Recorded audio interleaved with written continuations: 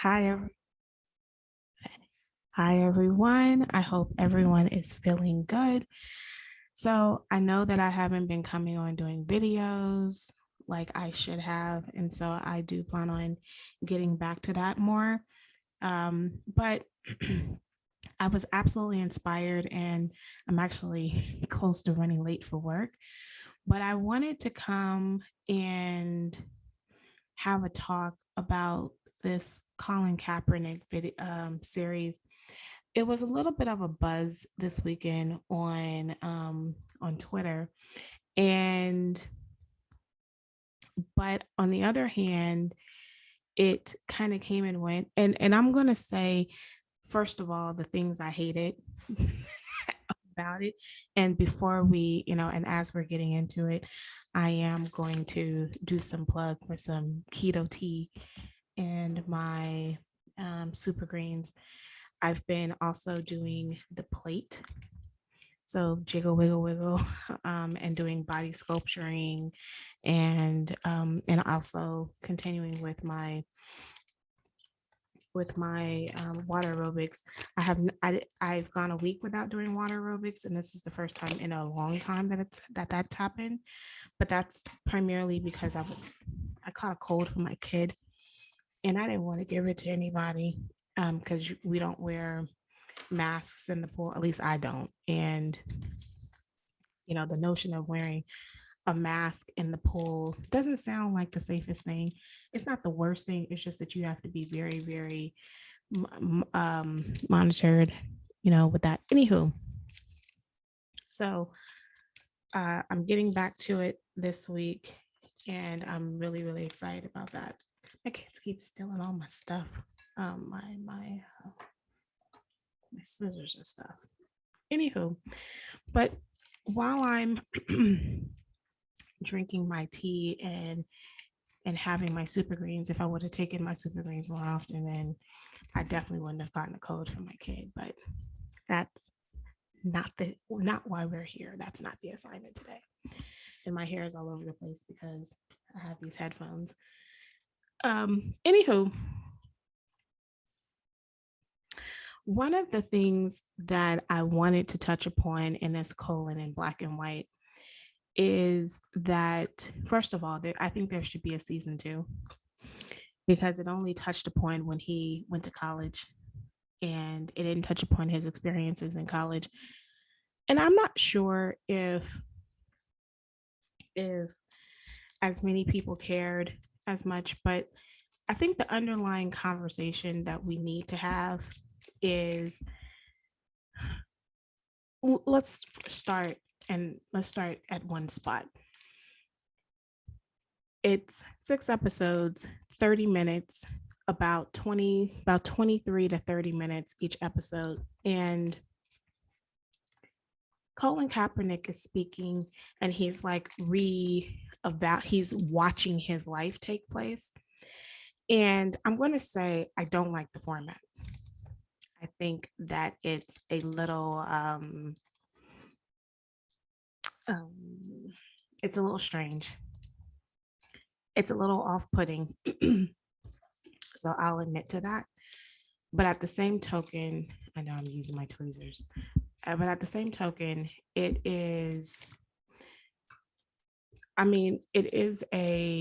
he's almost like this omniscient person who's looking back at his life and the dramatization of his life. I actually, like I said, I don't like the format. However, there is such an array of Black directors, like Robert Townsend does episode 3. And I thought that was, so I appreciate that. I mean, this is a show that clearly is, because Ava DuVernay is created the show with Colin Kaepernick. And so you're getting a perspective clearly of a vision of these Black individuals. But the dichotomy that we're having is something that well, really a double consciousness that just like W.B. Du Bois talks about is what does it mean to be Black and surrounded in whiteness? Like, how does this work? And what better way to have this conversation than to have literally a Black man who is becoming at an age where in high school where he's beginning to notice, he probably noticed before that he's Black. I mean, his parents absolutely are, um, you know, I don't know what to think about his parents. His parents absolutely are acting like he's white. They are stunned that he is attracted to Black girls and not white girls. It is, she's so pretty, isn't she? Only to white girls, but not, but Black girls, oh, I guess that dress is nice. That color is nice. And there were moments in this film that I thought were just, well, in the series, gut wrenching. So when he goes to homecoming with this Black girl, his pictures come and she puts it in the drawer. The first episode is this whole conversation about his hair, the fact that he couldn't have his hair braided, and you take him to Supercuts. You never take him to a Black barber, except she takes him to a Black barber to get his hair braided. And it's like she is fully aware that there is this Black culture, and she literally does not want him to identify and realize that there is a culture that he belongs to that you're denying him. You're actively denying him his culture. It is the most frustrating thing. And the fact that he's having to navigate, he is connecting 1 + 1 = 2 and how many microaggressions he's dealing with. The fact that his parents are absolutely unwilling to ever stand up for him in regards to race. It's like, well, you can work harder. You can do it. You can be better. I'll get you more training. I'll get you, which is nice, right? So it's this other half. Oh, we'll get you more training. We'll get you a hookup with these people. We'll get you this. We'll get you that. And it's like, okay, that's great. That's fabulous. Does he have to be called a variant? Vagrant? Does he have to be called a thug? The fact that his mother tells him to his face that you look like a thug because you wear braids. I mean, the fact that he's never was, um, he's always had the attitude. White folks tell him that he's the attitude. You come home and your parents are like, you have the attitude. And the thing that unnerved me happens in episode 5 is when he discovers, it's episode 5, episode 6, whatever, when he tells us his birth story. And his birth story is that, yeah, that other kid that we had for you, it didn't work out, but we got this other kid. And it's like, okay, well, we'll take him. First of all, why does he know this story? He should never know that we did not want you first. And what angers me to high hill is when he said, and it broke my heart, when he said that I was never anybody's first choice. I was like,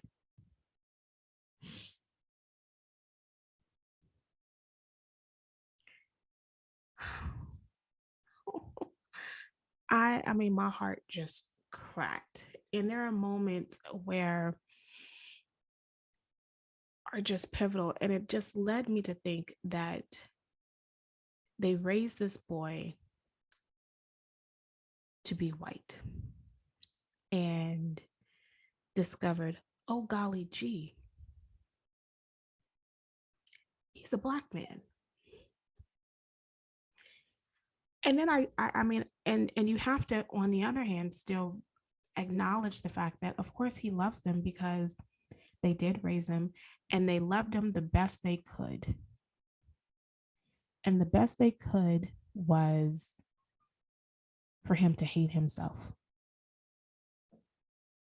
And so somehow he, and this is, I mean, just the notion of him playing football instead of him wanting to play baseball, even though he was heavily recruited for football, was really more of an indicator of where he felt home. Where he was from, baseball was an epitome of white space. And what's so fascinating is, I mean, you could say that in certain areas, but that's not a monolith of baseball, which is the irony, right? The irony is that baseball is not, well, baseball is more white than football, but it is not a continual white space that some of these white suburbs like to portray. The professional league is much more brown than what they want us to acknowledge it as being.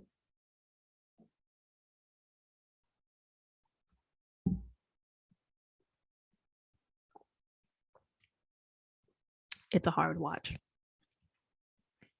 And I find it very, very difficult to watch it. It was hard for me to digest it. And I knew that when I was raised, I mean, I have a son and he's an itty bitty little thing and he's 6. And, you know, and he's concerned about how tall he's going to get. My husband's 6 foot. The tallest guy in my family is like 6'9". So the likelihood is that he's going to be a tall little boy. And but in my eyes, he's my baby. And Colin Kaepernick is clearly, you know, he's not a dark-skinned guy. He is the least threatening looking dude. And so is, you know, my little son is definitely, you know, how, you know, he's the least threatening little dude in my head. And I think this is part, you know, and so the notion is he's going to get older, he's going to get taller, he's going to get bigger. And the concept that as he's little now and no one sees him as a terrible threat, the older he gets, he's going to be perceived as a threat, is, I'm letting you know right now, I will take off my necklace, my jewelry, my rings, my everything, and we will go to blows. You call my son a thug. You tell him that he has to take his hair out. First of all, my son's not wearing braids because I don't like braids. But if he makes a decision to wear braids, which I hope he doesn't because I don't like them, but if he wants to, then the boy's wearing braids. And you're not going to tell him to cut his hair off because it looks unprofessional. And then when Colin was like, unprofessional to who? I'm a kid. Like, and that's the thing. And if you're like, if he has to quit a sport because his hair is not appropriate, we gonna have a problem. We gonna have the biggest problem. And I'm calling everybody under the sun because we gonna have a problem. I am, it's I'm not ready. And I'm hoping that when these moments come, You better hope that his father and his godfather and his uncles are there and not I, because I'm not going to hold my tooth. You can call me Dr. Craig, Dr. Walker, Dr. whatever, but I'm not holding my tongue. All that goes out the wind. And that becomes the catalyst of my issue when it comes to watching, is that he didn't have anyone to stand up for him. And I think that is one of the reasons, as I look inward, is why I have a soft spot. I'm tough on the Black men in my classes. I absolutely am. But I also have a soft spot because if someone looks at them wrong on campus, and I feel this in my bones when I've had to step in the gap for some of my student athletes. When I used to teach at, I don't mind saying the name, Biola University, and they would overtly target the Latino students. And when I was there, I had to step in the gap for them a lot. And that is my overt issue, because their coach was not an ally. And I was the only soft space on campus to land. And I feel this so much when it comes to my, not just student athletes, but it's almost like I want to shield my Black students in particular from academia because it's so racist. And it's, how do you live in these white spaces? And to see this show, Colin in Black and White, that is absolutely him having no safe space. And that's why I really wanted him to, granted, he didn't have time. I get that because of all of his practices and stuff, but I really wanted him to have that Black girlfriend and for her to be that soft space, because every time he went to a Black house, he was like, these are my folks. He went to a Black barber. He's like, this is my space. And the fact that he was connecting to these people was threatening to his family, especially his mother. His mother could not handle the fact that he don't need salt and pepper on Black food.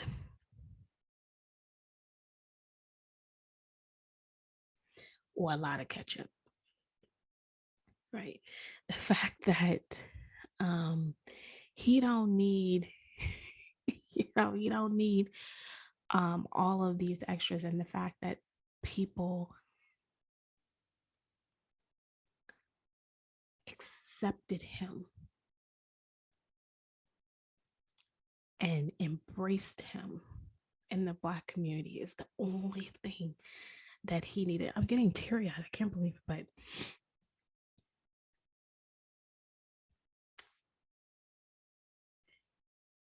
it brings into perspective why he kneeled. And I know that the kneel, some people felt it was gimmicky, some people, and I was like, including my husband, right?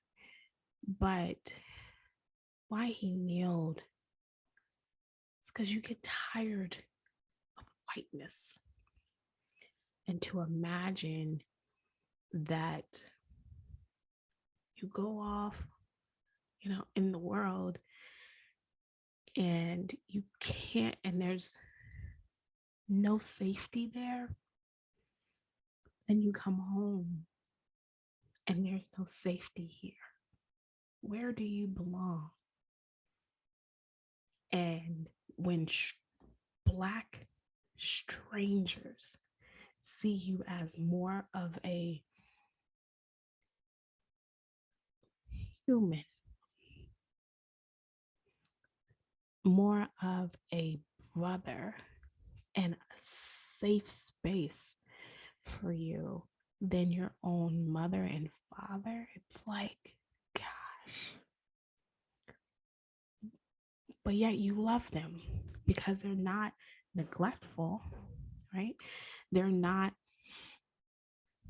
an enemy. They love you too. But you know deep down that they wanted you to be white. They wanted you to be a white man or the whitest Black guy, the whitest guy with a tan. And heaven forbid you want an afro. Heaven forbid you want a Black girlfriend. And when his mother was trying to figure out if this girl was blue black, I was just like, I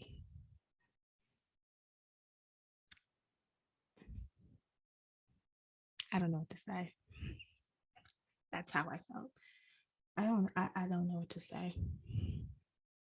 I was frustrated watching it, angry watching it, and um and really I think that him kneeling was his own sense of rebellion, not just the NFL, not just society, but the environment he was raised. And I know, you know, I get into it because in my own life, last year, I had a breaking point. And my breaking point was that I just could not take another L. Like I felt like I had too many L's. And it really started when I started going to therapy in 2019. No, what year is this? Yeah. I had like this breaking point where um yet another white person got a job over me. And I was just like, I can't, it was back to back L's and I just couldn't take it anymore. And I was like, I need to go to therapy because I, and my therapist, she was cool. Maybe not the best one for me, but you just really get tired of whiteness. And so I made conscious decisions to decide that I am, if this was going to harm my career, that's fine. I mean, granted, I do have kid stories and a lifestyle up, to maintain.